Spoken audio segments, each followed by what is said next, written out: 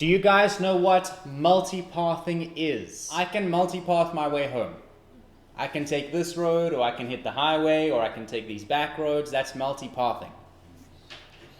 Do you know what propagation is? Okay, propagation is a sort of forward motion through a slither effect or a wave effect. Okay, propagation, in other words, is what we say a wave. We don't say a wave is moving forward. We say a wave is propagating. Okay, it's propagating, meaning it's gaining forward distance by going up and down. That is propagating. So a snake propagates. When a snake slithers, that's propagating. Okay, propagating is a form of movement using certain elements of physics, action and reaction. But I'm not going to explain it to you because it's very complicated. But it's the same way that those skateboards, the J-boards, that you do this and it moves forward. The same way as those scooters, you make the scooters do this, moves forward.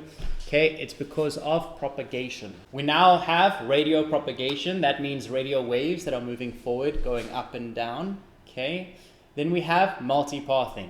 What is multipathing radio propagation? Multipathing radio propagation is the understanding that a radio wave can propagate in various directions.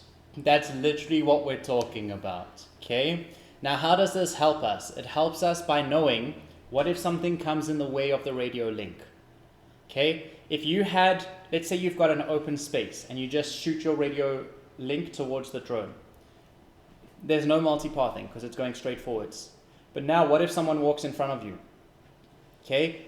Without multipathing, it means that you no longer have control of the drone, because this signal is not getting to the drone. But multipathing is the understanding that the signal knows to go around. It knows that it can change course and direction to get to its destination. That's all that multipathing is. Okay, awesome stuff.